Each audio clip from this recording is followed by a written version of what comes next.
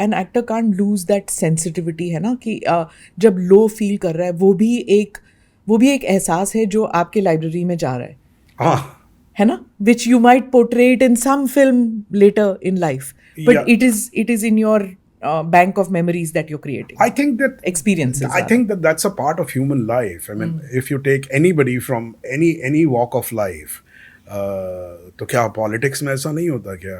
तो क्या जर्नलिज्म में ऐसा नहीं होता क्या?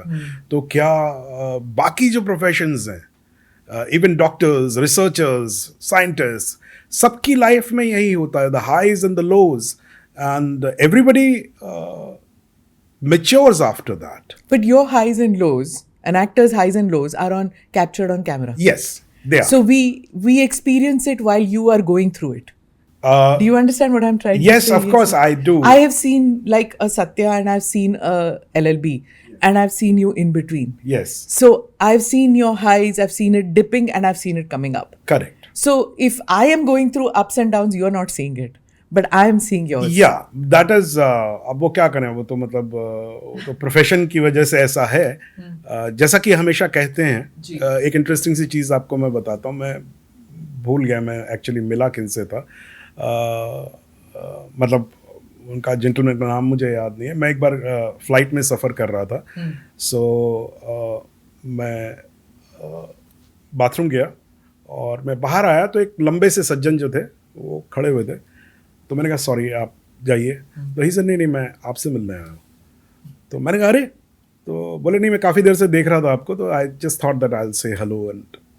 तो ऐसे कुछ बात करने लगे जी. तो कर्टसी वाइज मैंने भी उनसे पूछा कि so what do you do. तो he kept looking at me and he said the currency note you carry that carries my signature. Oh, the RBI chief.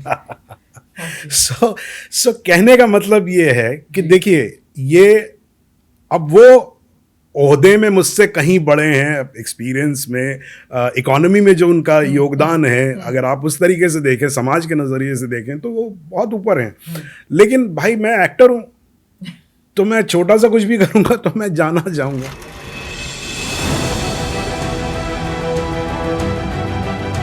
Namaste, Jai Hind. You're watching ANI podcast with Smita Prakash.